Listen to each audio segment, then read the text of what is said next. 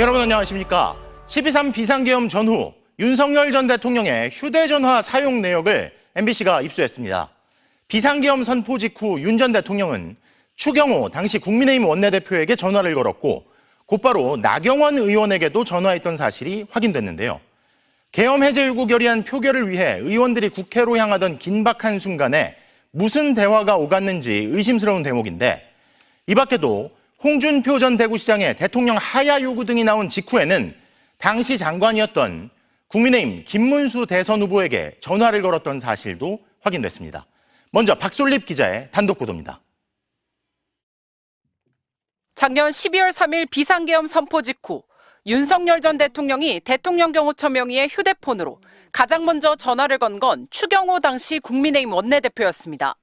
밤 11시 22분, 윤 전 대통령과 추 전 원내대표는 약 1분간 통화했습니다. 그리고 밤 11시 26분에는 당의 중진인 오선 나경원 의원에게 전화해 40초 정도 통화했습니다. 국회에 계엄군이 들이닥치기 30여 분 전입니다. 나 의원과 윤 전 대통령의 계엄 당일 통화 사실이 확인된 건 이번이 처음입니다.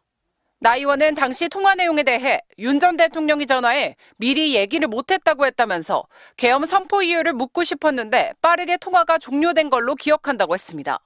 윤 전 대통령이 전화로 비상계엄 선포 사실을 전하며 미리 얘기하지 못했다고 했다는 추 의원의 앞선 설명과 비슷합니다. 한동훈 당시 대표는 국민과 함께 계엄을 막겠다며 의원들에게 본회의장으로 오라고 거듭 지시했지만 추경호 당시 원내대표가 소집한 비상의원총회 장소는 1시간 사이 국회, 당사, 국회 예결위장, 다시 당사로 바뀌며 혼란이 극심한 상황이었습니다. 결국 계엄 해제 요구안 표결에 참석한 국민의힘 의원은 18명이었습니다.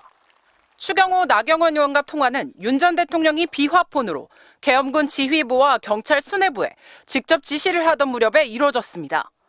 윤 전 대통령이 추 의원과 통화한 직후 박안수 계엄사령관에게 비화폰으로 조지호 경찰청장한테 계엄 포고령을 알려줘라고 했고, 나 의원과 통화한 이후에는 조 청장에게 비화폰으로 다 체포해 불법이야, 포고령 위반이야라고 지시했습니다. 윤 전 대통령이 계엄 선포 당일 국무위원들과 휴대폰으로 직접 통화한 사실도 확인됐습니다. 오후 7시 41분 박성재 법무부 장관, 오후 7시 54분 조태열 외교부 장관, 오후 8시 6분 김영호 통일부 장관, 오후 9시 42분 최상목 전 경제부총리입니다. MBC가 확보한 윤 전 대통령의 통화 내역은 지난해 11월 8일부터 12월 18일까지입니다.